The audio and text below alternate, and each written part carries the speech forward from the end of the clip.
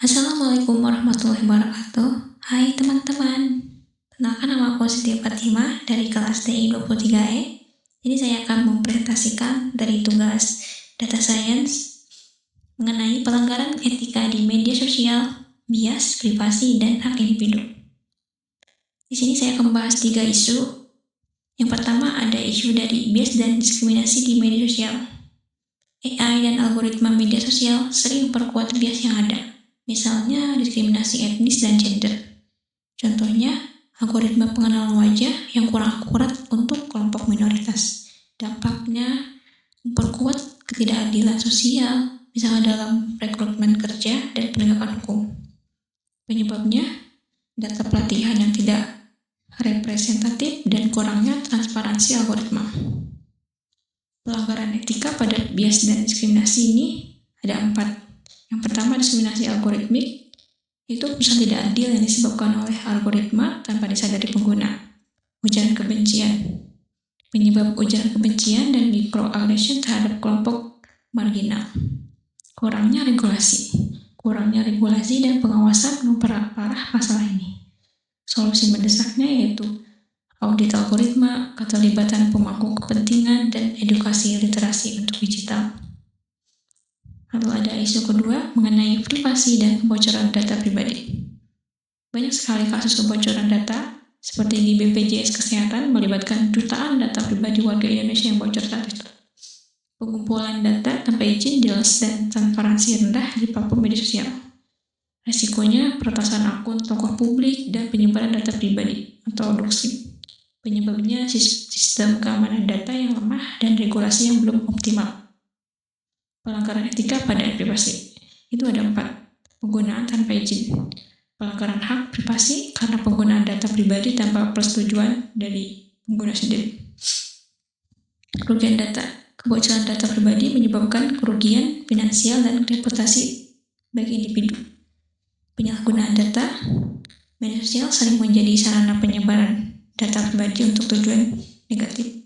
Solusi legislasinya ada penerapan enkripsi, standar keamanan ketat, dan UU Perlindungan Data Pribadi yang tegas. Lalu ada isu dari 3, yang ketiga itu pelanggaran hak individu di media sosial.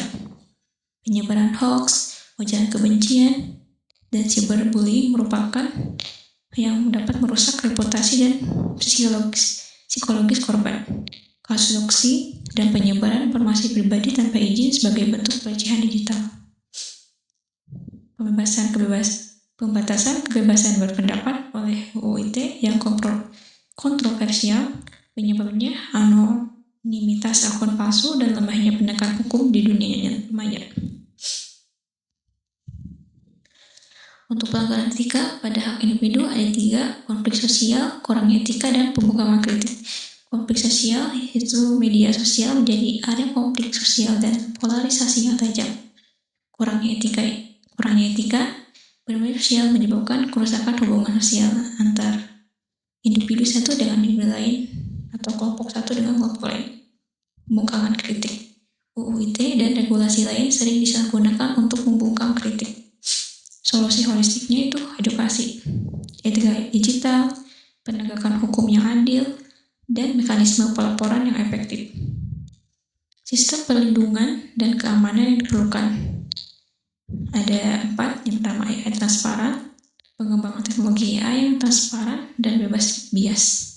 Ada kolaborasi multi pihak, yaitu kerjasama antara pemerintah, platform, dan masyarakat sipil.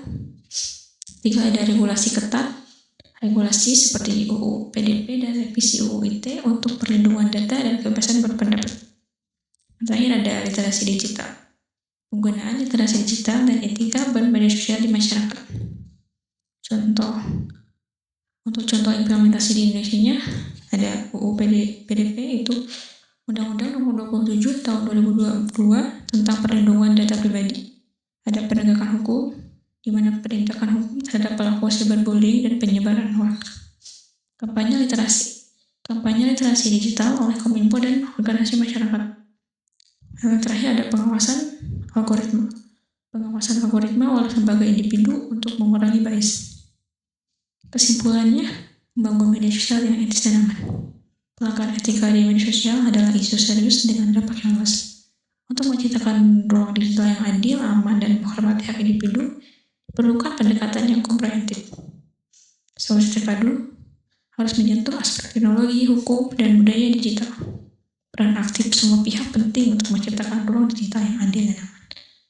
Mari kita wujudkan media sosial yang bermanfaat untuk kita semua. Sekian dari saya.